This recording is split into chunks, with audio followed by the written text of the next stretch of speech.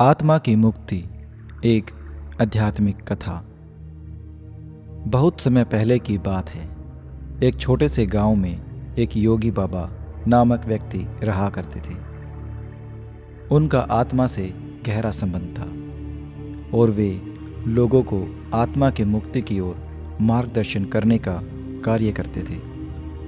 उनकी शिक्षाएं लोगों के दिलों में समृद्धि और शांति लाने में सफल रहती थी। गांव के एक युवक नामक राजीव, जो कि उदार और भक्तिमय था, उसने बाबा की सुनी शिक्षाओं को अपनाने का निर्णय किया। उसने योगी बाबा के आश्रम में शिक्षा प्राप्त करने का संकल्प किया और अपने जीवन को आत्मा की मुक्ति की ओर बढ़ाने का निर्णय लिया। योगी बाबा ने राजीव को आत्मा के महत्वपूर्ण तत्वों का ज्ञान दिया और उन्होंने उससे ध्यान और धार्मिक साधना का मार्गदर्शन किया। राजीव ने योग, ध्यान और साधना के माध्यम से अपनी आत्मा को पहचाना और उसकी मुक्ति की दिशा में बढ़ता गया। एक दिन जब राजीव ध्यान में लीन था, उसे एक प्रकाश में अनुभूति हुई। उसका दिल आत्मा के साथ एक हो गया और वह अद्वितीय की अनुभूति करने लगा। उसका जीवन पूर्ण रूप से एक दिशा में मुड़ गया और उसने सभी भौतिक बंधनों को छोड़ दिया। राजीव की आत्मा ने उसे सर्वशक्तिमान की अद्वितीय का अनुभव कराया और उसने देखा कि सब कुछ एक ही अद्वितीय ब्रह्म में विलीन हो रहा है।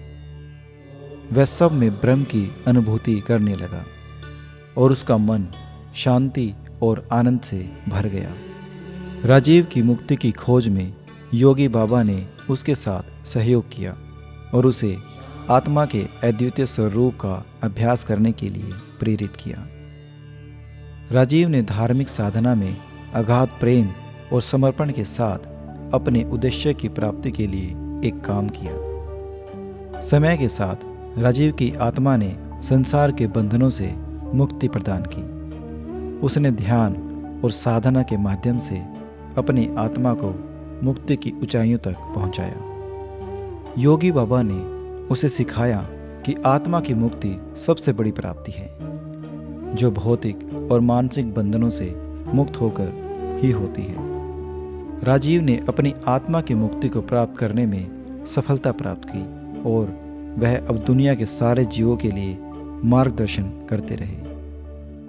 इस कथा से हमें यह सीखने को मिलता है कि आत्मा की मुक्ति प्राप्त करने के लिए हमें आत्मसमर्पण, ध्यान और साधना का प्रयास करना चाहिए। यह बताता है कि सच्चे आनंद और शांति का स्रोत आत्मा है और हमें अपनी आत्मा को जानने का प्रयास करना चाहिए। एक समर्थ गुरु के मार्गदर्शन में हम अपने उद्देश्य की प्राप्ति में सहायता प्राप्त कर सकते हैं।